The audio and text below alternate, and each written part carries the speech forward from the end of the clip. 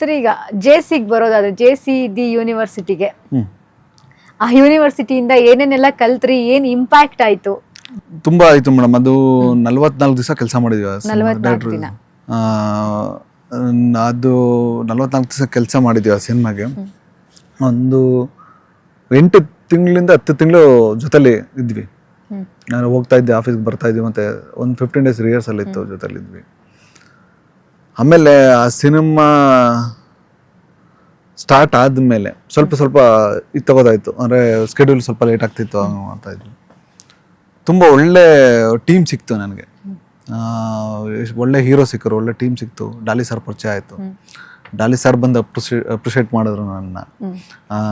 ಕನಕೋತ್ಸವ ಇತ್ತು, ಅಲ್ಲಿ ಕ್ಯಾರವನಲ್ಲಿ ಇದ್ರು. ನಾನು ಕರೆದ್ರು, ಅಲ್ಲೇ ಬನ್ನಿ, ಇಲ್ಲೇ ಎಲ್ಲರೂ ಇಲ್ಲೇ ಇರಬೇಕು ಆರ್ಟಿಸ್ಟ್ಗಳೆಲ್ಲ ಅಂತ ಕರೆದ್ರು. ಅವಾಗ ನೋಡಿದ್ರು, ನಕ್ಬಿಟ್ಟು ಎಷ್ಟು ಇವರು ಸತೀಶ್ ಸರ್ ಪಕ್ಕ ಕೂತಿದ್ರು, ನಮ್ಮ ನೀನಾಸಂ ಸತೀಶ್ ಸರ್. ಬನ್ನಿ ಇಲ್ಲಿ ಅಂತ ಹೋದೆ. ಇವರು A to Z ಅಂತ ಕ್ಯಾರೆಕ್ಟರ್ ಮಾಡಿದ್ದಾರೆ ನಮ್ಮ JC ಸಿನಿಮಾದಲ್ಲಿ. ಎಷ್ಟು ಸಖತ್ತಾಗಿ ಮಾಡಿದ್ದಾರೆ ಸತೀಶ್, ಸೂಪರ್ ಆಗಿ ಮಾಡಿದ್ದಾರೆ ಅಂತ. ಎಷ್ಟು ಖುಷಿ, ಚೆನ್ನಾಗಿ ಮಾಡಿದಾರೆ ಅಂತ ಕೈ ಕೊಟ್ರು. ಎಷ್ಟು ಖುಷಿ ಆಗ್ಬಿಡ್ತು ಅಂದ್ರೆ ನನಗೆ, ಈ ಕ್ಯಾರೆಕ್ಟರ್ ಗೆಲ್ತು ಅನ್ಕೊಂಡ್ಬಿಟ್ಟೆ ನನ್ನೇ. ಈ ಕ್ಯಾರೆಕ್ಟರ್